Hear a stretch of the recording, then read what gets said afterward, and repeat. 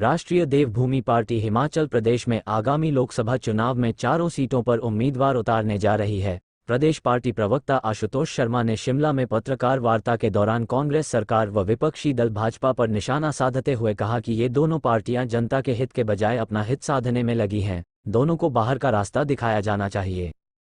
राष्ट्रीय देवभूमि पार्टी के प्रदेश प्रवक्ता आशुतोष शर्मा ने कहा कि पार्टी स्वर्ण समाज की मांगों को लेकर जनता के बीच जाएगी।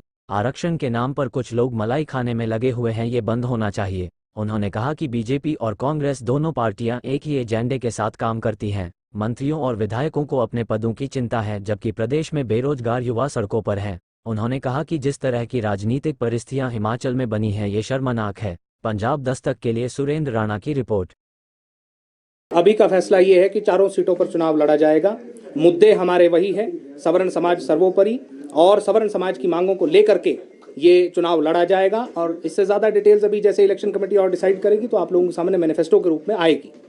सर, जहां पर सीटें रिजर्व है, क्या वहां पर? जी बिल्कुल, हमने पिछली बार भी पच्छाद जैसे कॉन्स्टिट्यूंसी से रिजर्व सीटों से लिया था, और मैं आपको बता दूं कि सबसे ज़्यादा वोट हमारी पार्टी को रिजर्व सीट से ही मिले थे। आप आरक्षण का विरोध करते हैं तो? देखिए, हम आरक्षण का विरोध करते हैं, मगर आरक्षित लोगों का विरोध नहीं करते।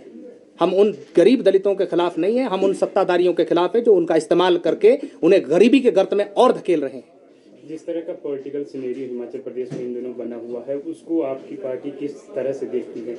देखिए, हमने अपने वक्तव्य में भी ये बात कही कि सब्जी तरकारी की तरह एमएलएज को खरीदा और बेचा गया। ये हिमाचल प्रदेश की राजनीति का सबसे निचला स्तर है, जहां पर पहली बार हिमाचल में इस तरह की क्रॉस वोटिंग और इस तरह की जो है वो करप्ट प्रैक्टिसेस को देखा गया। इसका हम पूर्ण रूप में खंडन करते हैं, और ऐसे लोगों को विधायक बने रहने की कोई उनके पास क्वालिफिकेशन बाकी नहीं है। तत्काल इन दोनों पार्टियों को जो है वो इस्तीफा दे करके जनता के बीच में जाना चाहिए।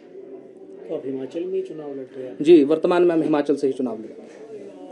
उम्मीदवार कौन कौन हो सकते हैं? देखिए, रोमित सिंह ठाकुर जी किस सीट से चुनाव लड़ेंगे, इसका फैसला पार्टी कुछ ही दिनों में आपके सामने लाएगी, और जैसा कि मैंने कहा कि उसके लिए एक अलग प्रेस कॉन्फ्रेंस और मैनिफेस्टो आदि की रिलीज की जाएगी।